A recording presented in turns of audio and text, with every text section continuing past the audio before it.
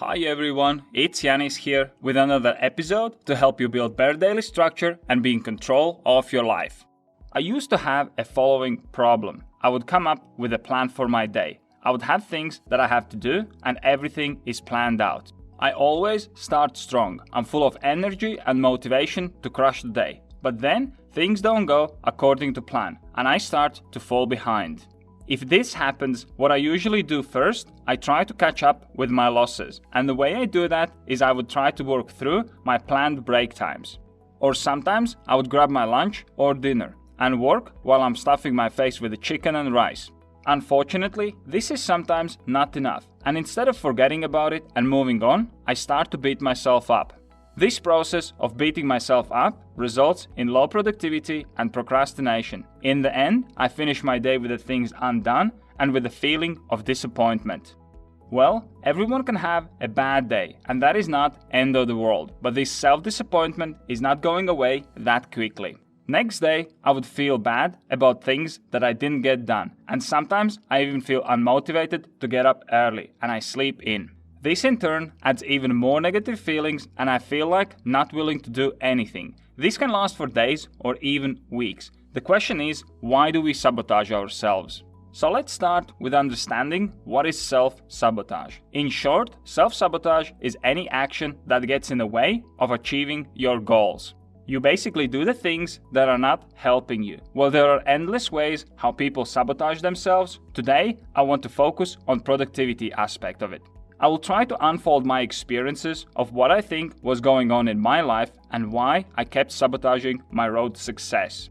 So let's start with what was causing my self-sabotage, and later we'll take a look at what actions I took to overcome it. Number 1, setting unrealistic expectations. I used to be a perfectionist, so I had very high expectations from myself and also my team when we worked on the projects. So when I worked on my tasks, I would spend extra time to make things look perfect. But life is not perfect, and I often ended up with unfinished products.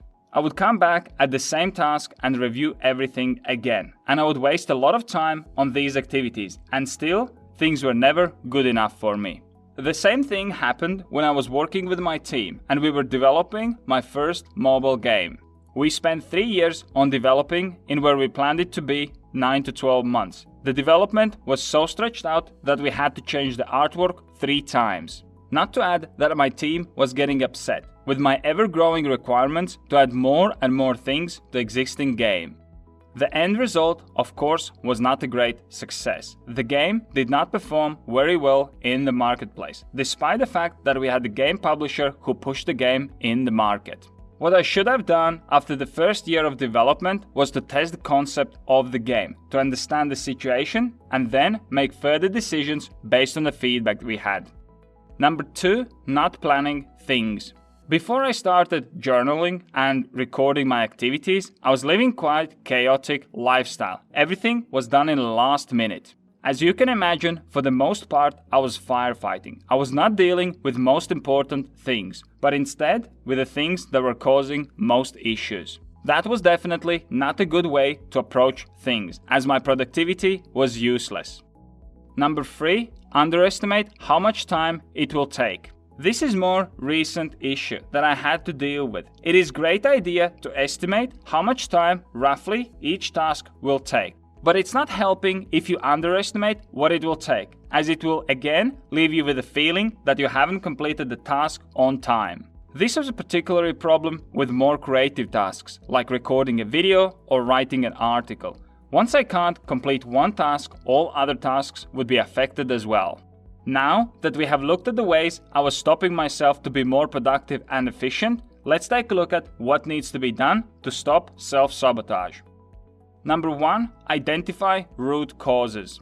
There can be many things that might be holding you back. For me, it was perfectionism and unrealistic expectations. Since then, I have learned that things don't need to be perfect. They just have to be good enough and they're ready to be launched. And if you don't agree with me, then I challenge you to show me the perfect product. The truth, of course, is that there is no such a thing as perfect product. If you go to the App Store and find the best rated apps, they will still have bugs in them. Apple is known for the quality of its products, but there is still bugs and things that get fixed all the time. That's why software gets updated all the time to fix these shortcomings. Don't worry if your app has a few bugs. If it's a stable build, then just ship it and improve it over time. Number 2, understand negative side effects of beating yourself up. We all know that when we're beating ourselves up, our productivity drops. But it seems like it's not enough to know it in order to take any action. For me, the change happened when I started to study energy management and tracking how I spent it by myself. It turns out that we use same amount of energy if we watch TV or work on that business plan to start our own thing. Before, I was under kind of impression that relaxing activities would consume less energy rather than the active ones. But the thing is that while I was procrastinating, in the back of my mind I was still thinking about how I'll get things done and moving forward. And of course, the fact is that I didn't want to waste my time with beating myself up. So I have to keep raising my self-awareness, and even if I have few bad hours, I can pick myself up straight away with my next time block.